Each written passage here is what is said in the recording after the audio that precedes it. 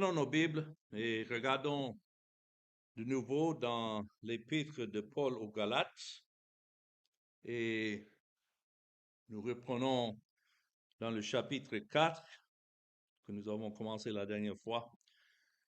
Mais mon texte cette fois-ci, c'est du verset 12 jusqu'au verset 20.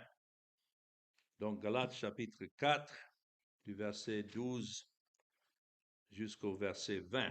Et j'ai intitulé cette étude Amour et affection pour les frères. Là où le Seigneur fait grâce, il rassemble ceux qu'il appelle ou qui Christ a payé leurs dettes, il les a rachetés, les a justifiés déjà à la croix. Et donc, il les attire dans les assemblées. Ce n'est pas tous dans le même lieu. En fait, il semble que ceux qui sont pour le Seigneur, les véritables enfants de Dieu, aujourd'hui sont dispersés partout dans le monde, dans des petits nombres. Mais ici, Paul s'adresse à ceux aussi qui étaient dans une région appelée la Galatie. Ils étaient des Galatiens.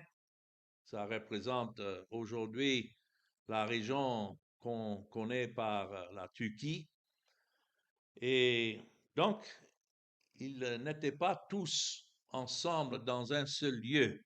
Quand Paul a écrit cet épître, ce n'était pas à une seule assemblée, mais à des enfants de Dieu qui habitaient cette région. Et comme nous avons déjà vu, là où Paul passait pour prêcher l'évangile, il y avait des légalistes, des judaïstes qui ont passé derrière lui pour essayer de minimiser son message, le critiquer. Et en fait, d'autres sont tombés dans cette piège et ont commencé aussi à avoir des doutes sur Paul comme apôtre et son message de grâce qu'il prêchait. Donc ici, Paul fait un appel à ceux qui étaient du Seigneur, de ce nombre, de ces rachetés, en qui il espérait bien l'Esprit de Dieu avait commencé son œuvre et donc allait continuer cette œuvre. Et en fin de compte, c'est la grâce de Dieu qui devait régner. Ça nous donne un peu la situation. Donc, dans le verset 12, toujours sur ce terme d'amour et affection pour les frères, nous voyons ici, il dit, soyez comme moi, car moi aussi je suis comme vous. Et notons, il dit, frères, je vous en supplie. Donc, il n'est pas en train de s'adresser ici à ces gens qui étaient ses ennemis, qui étaient des ennemis de la croix et de son message, mais à ceux qu'il considérait comme des frères, mais qui étaient en train d'être attirés par ces autres contre Paul et contre son message. Donc il dit, je vous exhorte, je vous en supplie. Voilà le terme qu'il utilise. Beaucoup d'entre nous aujourd'hui, peut-être ces paroles pour nous semblent un peu étranges parce que nous avons peut-être l'idée de Paul comme vraiment strict et n'ayant pas réellement de sympathie pour ceux qui l'opposaient. Mais comment aussi pouvait-il exhorter les Galates à devenir comme lui? Qu'est-ce qu'il veut dire ici quand il dit soyez comme moi, car moi aussi je suis comme vous? Dans quel sens est-ce qu'il appeler les gens à être comme lui. On peut peut-être se demander s'il ne devrait pas seulement les diriger vers le Seigneur Jésus, disant soyez comme Christ. Donc, de quelle manière est-ce que ces chrétiens galates devraient-ils devenir comme Paul? C'est ce que nous allons approfondir ici. Paul savait bien qu'il n'était pas parfait et sans péché. Ce n'est pas dans ce sens-là qu'il voulait attirer leur attention sur lui pour dire, ah, faut me regarder, je suis pur, je suis sans péché. Il ne se tenait pas devant ces Galates en disant, regardez à quel point je suis parfait, jusqu'à quel point je suis arrivé. Ne vous inquiétez pas de suivre Jésus, suivez simplement mon exemple. Mais ce n'est pas le sens que Paul voulait donner ici. Il voulait simplement qu'il le suive comme lui-même suivait le Seigneur Jésus. Et en tant que prédicateur, je peux dire la même chose, parce qu'il y a beaucoup de gens qui suivent nos prédications. Et surtout maintenant, vu les années que le Seigneur m'a placé dans le ministère pour prêcher l'Évangile, ça fait plus de 40 ans maintenant. Beaucoup de gens me connaissent. Mais mon désir n'est pas que leur attention soit sur moi. Néanmoins, chaque fois que je me lève pour prêcher, je suis en train de donner l'exemple à travers la prédication et pour ceux qui me connaissent dans ma vie. Les gens observent, ils regardent. Et donc, mon désir, c'est qu'ils me suivent seulement là où je suis le Seigneur Jésus lui-même. Au lieu de dire cela à ces chrétiens galates, de l'imiter comme s'il était un homme pur, non, il voulait que les gens le suivent comme lui-même il avait été enseigné par le Seigneur dans sa compréhension de l'Évangile et de continuer à le suivre avec cet évangile de grâce au lieu de suivre un message mixte entre grâce et puis les œuvres. Je crois que c'est dans ce sens-là qu'il leur disait de le suivre dans cette compréhension que le Seigneur lui avait donnée de l'évangile, sans tâtonner. Mais certains d'entre eux à qui Paul prêchait et même à ceux-là à qui il écrivait maintenant ne sont pas restés comme Paul. De cette manière, en allant de droite à gauche, pourtant Paul, lorsqu'il dit cela, ici dans le verset 12, soyez comme moi, car moi aussi je suis comme vous, dans le sens d'avoir le besoin de n'avoir autre pensée que Jésus-Christ et Jésus-Christ crucifié. Paul savait que les croyants galates devaient imiter aussi sa liberté, parce que l'évangile que Paul prêchait était un évangile de liberté. Paul avait été libéré par le Seigneur Jésus de toutes les restrictions et des obligations, des règlements qu'il avait connus lorsqu'il était encore dans le judaïsme. Mais maintenant, étant comme un esclave libéré, libre en Jésus, il voulait aussi que ceux-là connaissent cette même liberté. C'est pourquoi il dit, soyez comme moi, car moi aussi je suis comme vous. Il parle de la justification devant Dieu, que Paul n'était pas dans une catégorie séparée de ceux qui étaient différents que d'autres. Non. Dans le corps de Christ, nous sommes des pécheurs, mais nous sommes tous des pécheurs libérés par l'œuvre de Christ, justifiés déjà par son œuvre accomplie à la croix.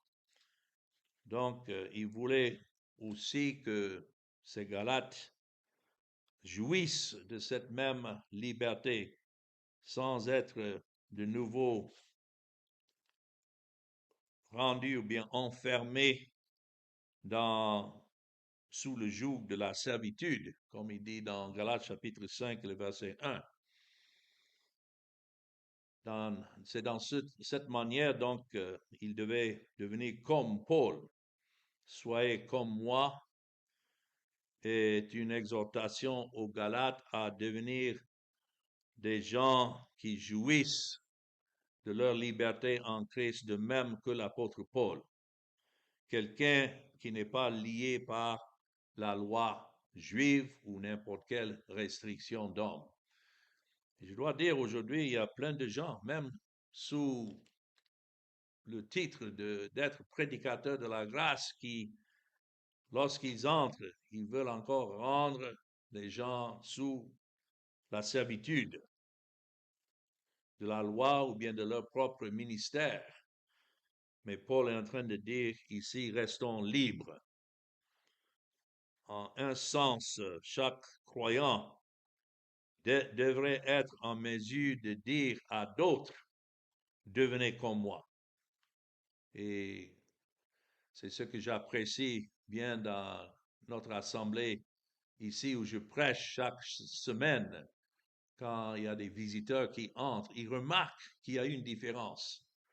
Parce que ce qui est prêché n'est pas des règles ou bien des lois, ou comme Paul les appelait, des rudiments du monde, mais des gens qui jouissent de l'évangile de Christ et de son salut. Et les visiteurs commencent à remarquer que nous ne vivons pas comme d'autres dont ils ont l'habitude de connaître. Paul est en train de dire que tous les croyants, tous ceux qui sont sauvés par la grâce de Dieu, devaient être capables de dire quelque chose comme ça, surtout aux non-croyants, à savoir que nous sommes tellement satisfaits de Jésus-Christ, de sa liberté, de sa joie et de son salut, que nous voulons que d'autres aussi deviennent comme nous. N'est-ce pas notre désir? Il dit, car je suis devenu comme vous. Donc, non seulement il dit, soyez comme moi, dans Galates 4, 12, mais car moi aussi, je suis comme vous. Il pouvait dire à ces croyants en Galates, en ce qui concerne le légalisme, je sais où vous en êtes, parce que Paul, le Seigneur l'avait délivré de ça, donc il pouvait comprendre comment ils étaient sous cette pression d'aller encore retourner sous la loi. Il dit, j'ai passé toute ma vie à essayer d'être accepté par Dieu à cause de ce que j'ai fait. À cet égard, je suis devenu comme vous et j'ai vu que c'était une impasse. Il dit, croyez en quelqu'un qui sait d'où vous venez. Écoutez quelqu'un.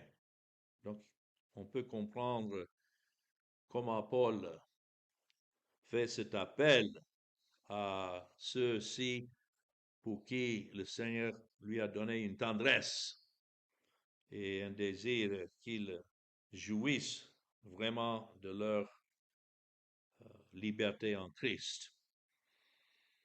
Ou bien Paul pouvait avoir en tête l'idée qu'il est devenu comme un gentil quand il était parmi eux. C'est la philosophie exprimée dans 1 Corinthiens 9, 19 à 23. Lorsque Paul était parmi les Corinthiens, il ne regardait pas, il n'essayait pas d'être parmi eux comme un juif, mais il les embrassait tels qu'ils étaient, libres, des restrictions imposées par la loi. Il vivait librement parmi eux. Et il dit là, frère, je vous en prie, je vous en supplie. Il supplie ces convertis de ne pas devenir comme des Juifs. Donc, dans le verset 13 à 16, il continue de raisonner avec eux, et tout cela, c'est l'Esprit de Dieu qui dirige sa parole, qu'il écrit ici. Et ici, dans les versets 13 à 16, Paul appelle de rappeler, qu'il se rappelle comment ils avaient répondu à son ministère lorsqu'il est venu parmi eux pour prêcher l'Évangile, de revenir à la base. Il dit, vous ne m'avez fait aucun tort. Vous savez que ce fut à cause d'une infimité de la chair que je vous ai pour la première fois annoncé l'Évangile et mis à l'épreuve par ma chair. Vous n'avez témoigné ni mépris ni dégoût. Vous m'avez au contraire reçu comme un ange de Dieu, comme Jésus-Christ. Où donc est l'expression de votre bonheur? Car je vous atteste que si cela a été possible, vous vous seriez arraché les yeux pour me les donner. Suis-je devenu votre ennemi en vous disant la vérité? Encore, il continue à démontrer son affection pour eux et son désir de rentrer de nouveau dans cette fraternité qui était au départ, lorsqu'il est passé par là pour prêcher initialement l'Évangile. Il parle là d'une infimité de la chair. Il dit, vous savez que c'est à cause d'une infimité de la chair que je vous ai annoncé l'Évangile pour la première fois. Apparemment, Paul a été contraint de voyager dans cette région de Galatie à cause d'une sorte d'infimité physique, il semble, qu'il a subi lors de son premier voyage. Le livre des Actes ne nous dit pas autant que nous aimerions le savoir, et c'est là que nous devons laisser de côté toute spéculation, mais nous pouvons rassembler quelques faits ici. Nous savons que lorsque Paul était dans la région du sud, particulièrement de la Galatie, des persécuteurs ont essayé de l'exécuter en le lapidant dans la ville de Lystre. Regardez avec moi dans Actes chapitre 14. Et c'est ainsi, en lisant le livre des Actes, que nous pouvons voir l'arrière-plan pour beaucoup de ces épîtres que Paul écrit. Mais surtout dans Actes chapitre 14 et du verset 19 et 20, c'est écrit, alors survinrent d'Antioche et d'Icône des Juifs qui gagnèrent la foule et qui, après avoir lapidé Paul, le traînèrent hors de la ville, pensant qu'il était mort. Mais les disciples l'ayant entouré, il se leva et entra dans la ville. Le lendemain, il partit pour Derbe avec Barnabas.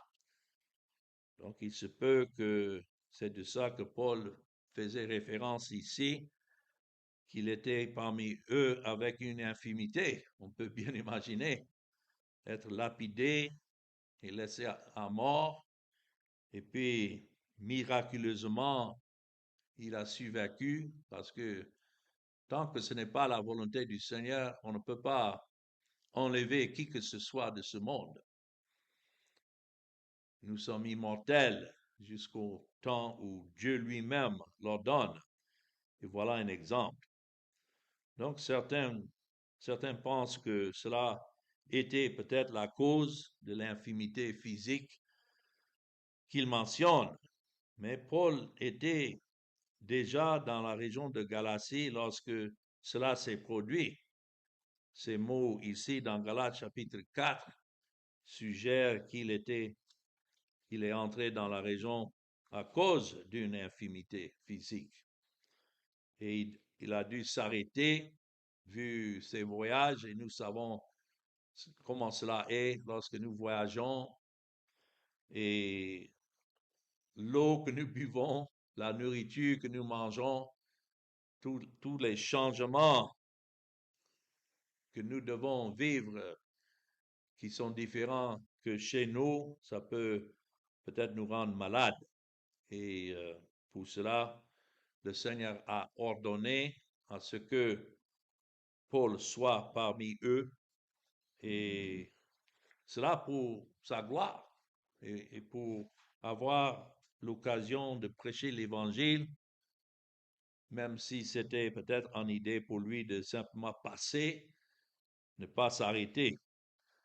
Dieu ordonne toutes choses et donc il les rappelle que même dans son infimité, Dieu a utilisé cela pour qu'il prêche l'Évangile à ceux qui étaient autour de lui. Et c'est pour cela qu'il les rappelle de cette situation, comment au début eux-mêmes ils étaient tendres envers lui, quoiqu'il était peut-être étranger parmi eux. Néanmoins, ils l'ont reçu volontairement et ont été envers lui comme des véritables frères. Mais il dit ici dans le verset 13 que cela fut à cause d'une infimité de la chair. Et c'est ainsi dans le verset 13 qu'il les rappelle que je vous ai pour la première fois annoncé l'Évangile. Je voudrais nous encourager que parfois, dans nos voyages, nos déplacements, il y a parfois des situations où nous n'arrivons pas au temps que nous avons planifié, mais nous savons que nous allons arriver exactement au temps que Dieu lui-même l'ordonne. Mais en route, parfois, dans nos arrêts, lorsqu'on s'assoit et on a des causeries avec des gens autour, n'est-ce pas des occasions de parler de Christ à des gens qu'autrement on n'allait pas connaître. Donc, bien que Paul n'était pas à ce temps-là un grand exemple de force et de puissance à cause de son infimité, il était parmi eux dans la faiblesse. Et j'ai trouvé ça aussi à travers les années. Combien de fois je ne me sens pas bien, néanmoins le Seigneur me donne l'occasion de prêcher l'Évangile et il me semble que ce n'était pas une situation favorable, mais c'est à travers ces faiblesses que le Seigneur a béni d'une manière que je ne pouvais pas imaginer. Ici, c'était l'occasion pour eux d'accueillir l'apôtre Paul si généreusement, jusqu'au point, il dit, qu'ils auraient arraché leurs propres yeux et les auraient donnés à Paul si cela pouvait en quelque sorte répondre à son besoin.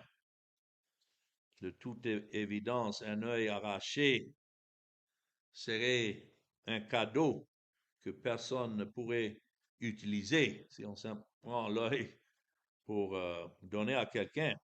Mais le point ici de Paul est que ces convertis avaient été prêts à tout faire pour lui à cette époque-là.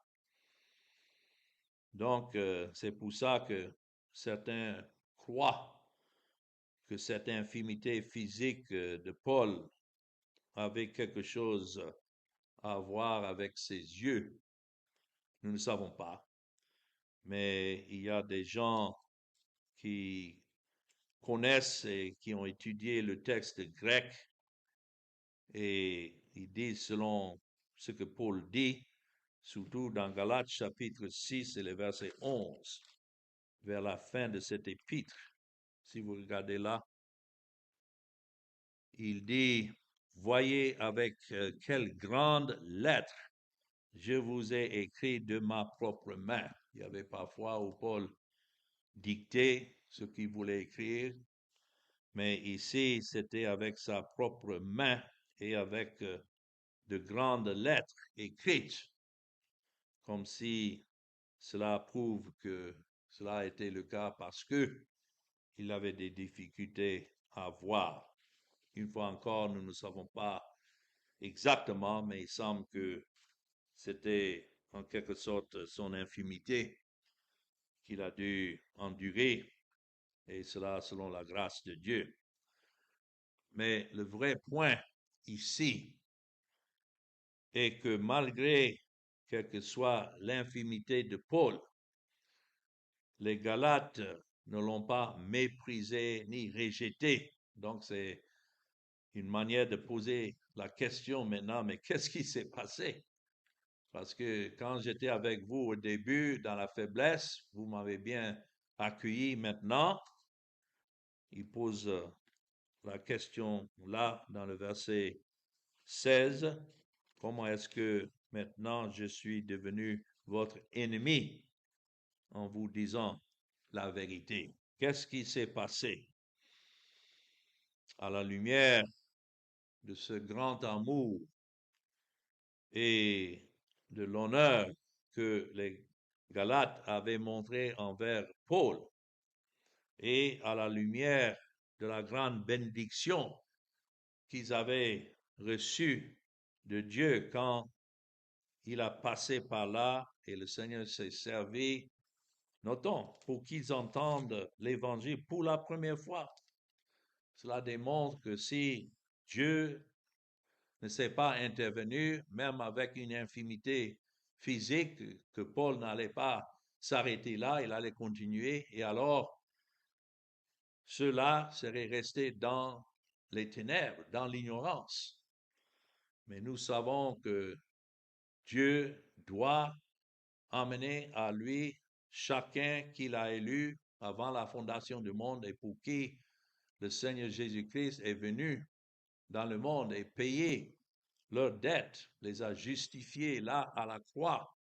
Donc, il faut que ceux-là, il les amène. Je sais que les gens nous critiquent et ils disent, mais si Dieu a déjà fait son choix et que Christ est déjà mort pour ceux que Dieu a choisis, pourquoi prêcher l'évangile?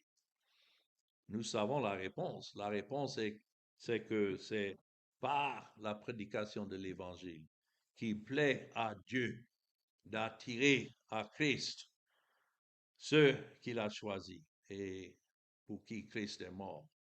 Je peux dire que si nous connaissons Christ aujourd'hui, c'est de cette manière qu'il a plu à Dieu qu'un prédicateur fidèle de l'Évangile nous a annoncé cette nouvelle de Christ et son œuvre accomplie. C'est pas prêcher ce faux message qu'on entend aujourd'hui, que Dieu attend à ce que vous prenez votre décision et alors il peut vous sauver. Non.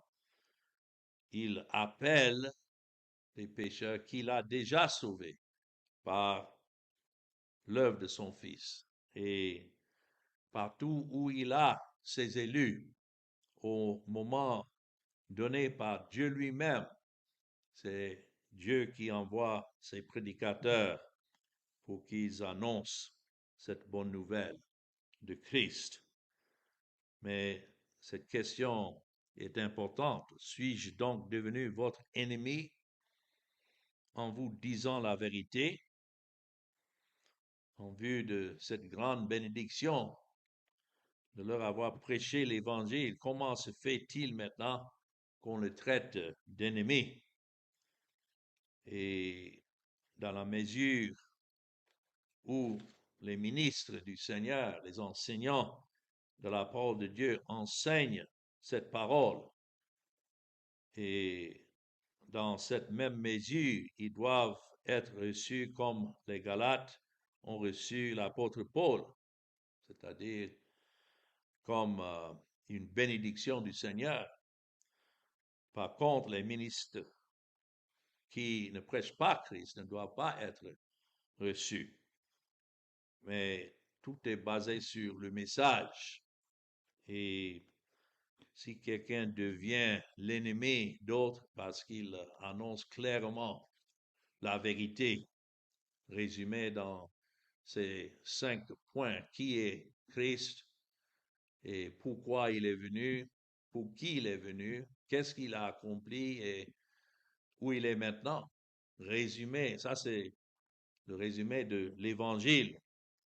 Et ceux qui prêchent véritablement cet Évangile sont reçus et aimés de ceux qui les entendent.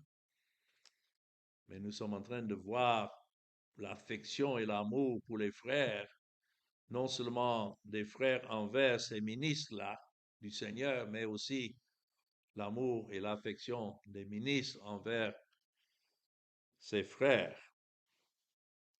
C'est pourquoi Paul ici dans les versets 17 et 18, encore un appel qu'il donne à ceux-là de se méfier de l'affection qu'ils avaient montrée pour les légalistes. Il dit dans le verset 17, le zèle qu'ils ont pour vous n'est pas pur, mais ils veulent vous détacher de nous afin que vous soyez zélés pour eux.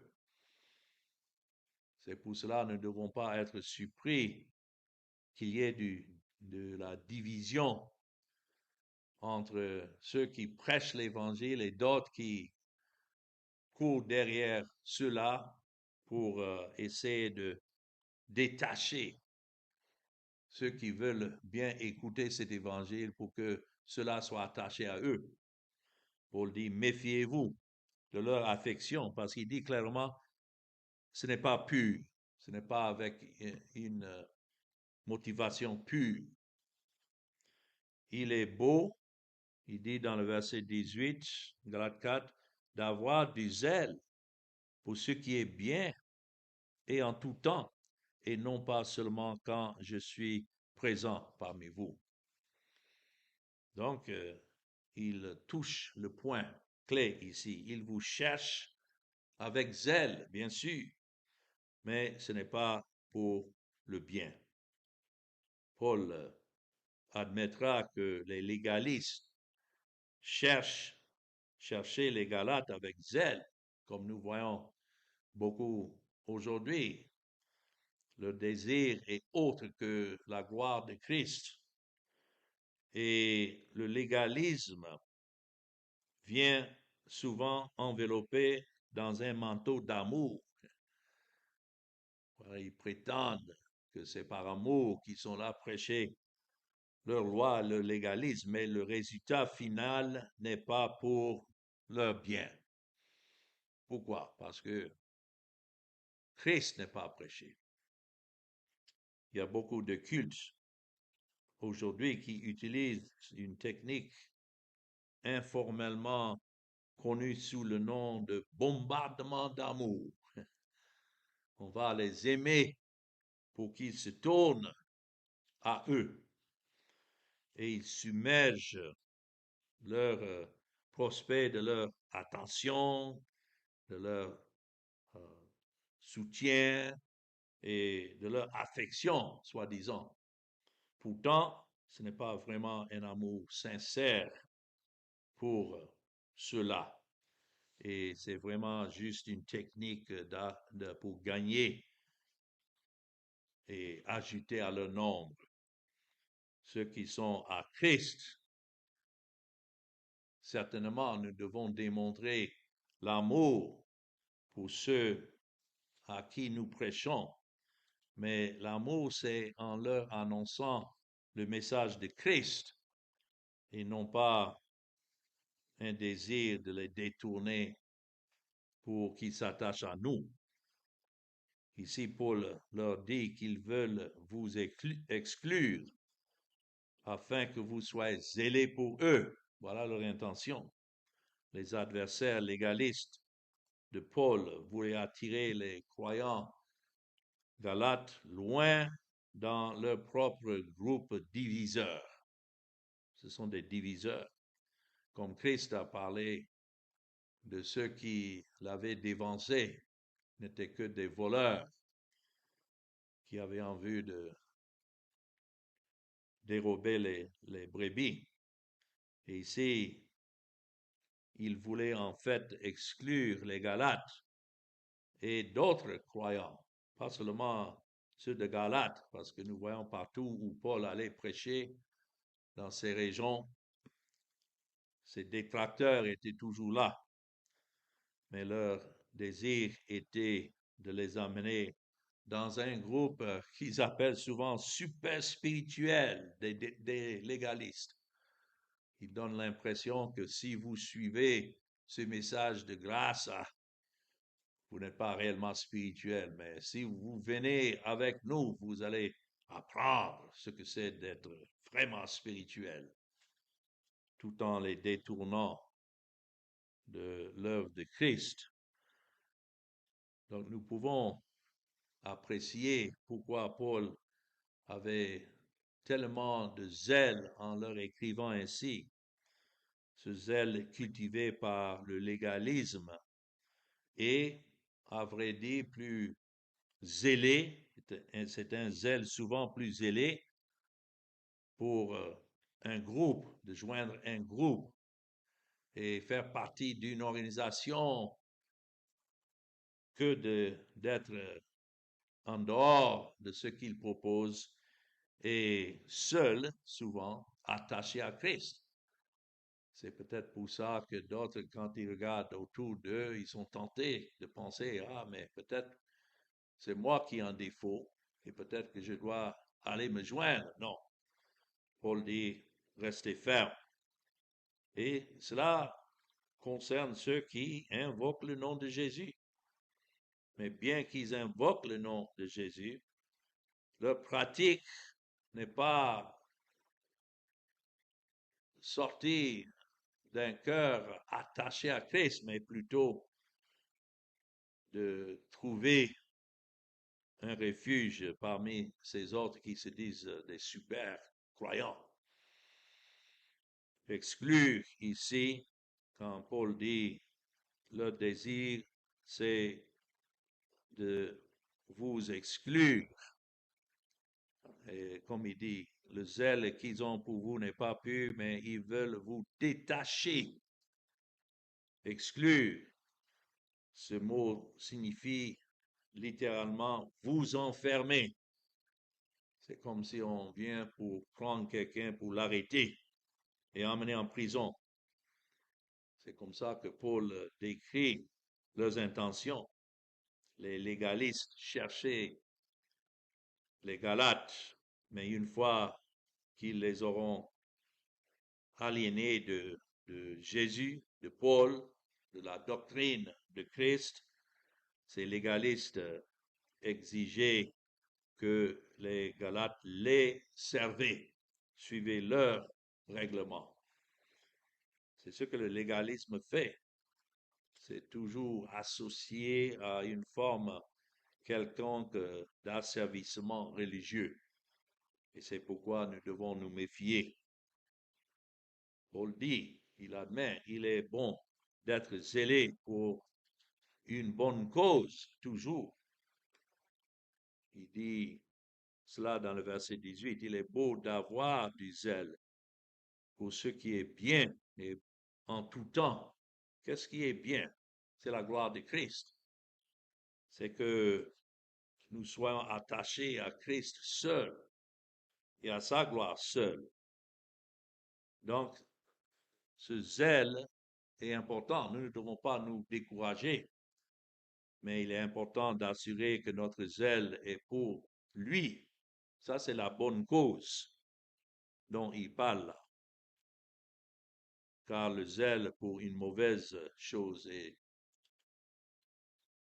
dangereux.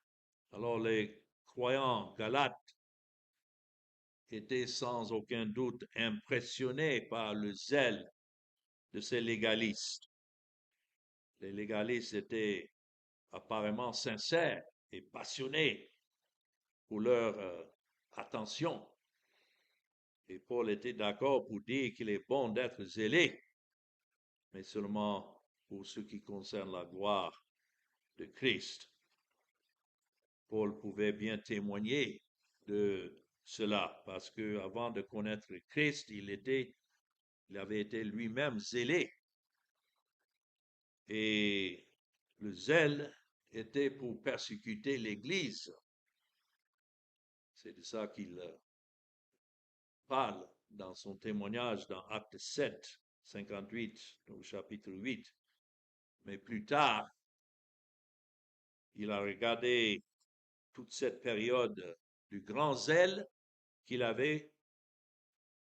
Ce n'était pas autre qu'un service d'un mensonge. Et là, il a profondément regretté. Nous voyons cela dans 1 Corinthiens chapitre 15. Il y a d'autres passages qu'on pouvait regarder. Et c'est pour ça que Paul parlait si tendrement avec ces Galates dans 1 Corinthiens 15 et le verset 9. Vous voyez son attitude. Je suis le moindre des apôtres. C'est lui qui avait été appelé le dernier, ayant vu le Christ ressuscité sur la route de Damas. Mais il dit, je ne suis pas digne d'être appelé apôtre parce que j'ai persécuté l'Église de Dieu. Et donc, il ne voulait pas que ces Galates soient trompés comme lui-même, il avait été trompé pendant un certain temps. Et ce n'est pas seulement quand il est présent avec eux qu'il désire leur affection. Paul voulait que les Galates soient zélés pour ce qui est bien concernant le Seigneur Jésus-Christ, quand même il n'était pas avec eux. Et que cela repousse alors ces légalistes qui les poursuivaient. Et puis, pour terminer, dans les versets 19 à 20, en Galates chapitre 4, c'est là que nous voyons cet appel de Paul. Dans chaque partie, nous avons cet appel de Paul. Et ici, il dit, je vous aime comme un père. S'il vous plaît, il dit, écoutez-moi. Vous voyez ça? Mes enfants, pour qui j'éprouve de nouveau les douleurs de l'enfantement, jusqu'à ce que Christ soit formé en vous. Je voudrais être maintenant auprès de vous et changer de langage, car je suis dans l'inquiétude à votre sujet. Lorsqu'il dit mes petits-enfants, Paul se considère à juste titre comme un père pour ceux-là, parce que c'est par lui qu'ils avaient entendu l'évangile de Christ pour la première fois. Et ici, l'idée que Christ soit formé en vous, dans le verset 19, continue à être formé en vous. Il a l'espoir parce qu'il est considéré comme frère que Christ avait déjà commencé cette bonne œuvre en eux, mais qu'il continue à être formé. Cela veut dire à maturité en eux. C'est comme lorsque nous avons des petits-enfants, ou bien nous-mêmes, nous étions des petits-enfants, on était facilement détournés. Mais au fur et à mesure qu'on grandissait, on devenait de plus en plus mûr. C'est de ça que Paul parle ici. Bien sûr, ces petits-enfants, mais des enfants en qui Christ et sa doctrine et sa personne continuent à grandir pour qu'ils ne soient pas facilement détournés par ces légalistes. Et c'est pourquoi il dit ici, j'aimerais être maintenant avec vous pour changer de ton. il doit les écrire ici, mais son désir, c'est qu'il puisse changer de ton et leur parler seulement dans des termes d'affection et d'amour. C'est les deux choses qu'il souhaitait. Premièrement, qu'il puisse être présent avec eux. Il désirait, si le Seigneur le voulait, qu'il repasse pour renouveler encore cette fraternité. Mais deuxièmement, ça ne soit pas nécessaire pour lui de leur parler avec autant de force, qu'il puisse changer de ton. Donc, dans cette partie ici, dans Galates chapitre 12, chapitre 4, du verset 12 au verset 20, nous voyons les principes pour l'attitude des gens dans l'Église envers celui qui leur prêche l'Évangile. Leur attitude ne doit pas être déterminée par son apparence personnelle ou sa personnalité. Ça, ce n'est pas... Souvent, on entend des gens critiquer leur prédicateur pour ces raisons. Donc, si celui-là leur prêche Christ, ça nous suffit. Leur attitude ne doit pas être déterminée par leur propre caprice théologique. Chacun se met sur sa base de ce qu'il pense. Non, ça c'est le danger. Ce n'est pas ce que nous pensons, mais ce que Christ lui-même, qui est Christ pour nous. Et l'attitude doit être déterminée par la fidélité du prédicateur envers la parole et la manière qu'il prêche Christ. Alors, cela nous montre aussi non seulement l'attitude des gens envers le pasteur, mais l'attitude du pasteur envers les gens dans son assemblée. Ça va des deux côtés. Et le fidèle prédicateur doit être disposé à s'identifier aux autres, même à leur souffrance. Il doit être disposé à affronter les autres avec la vérité quand cela est nécessaire, même si cela peut signifier que les autres le considèrent comme leur ennemi. Néanmoins, nous devons tenir pour la vérité. Et il doit être disposé à investir du temps et des efforts pour les gens qui sont des pécheurs, bien sûr, mais comme nous sommes des pécheurs.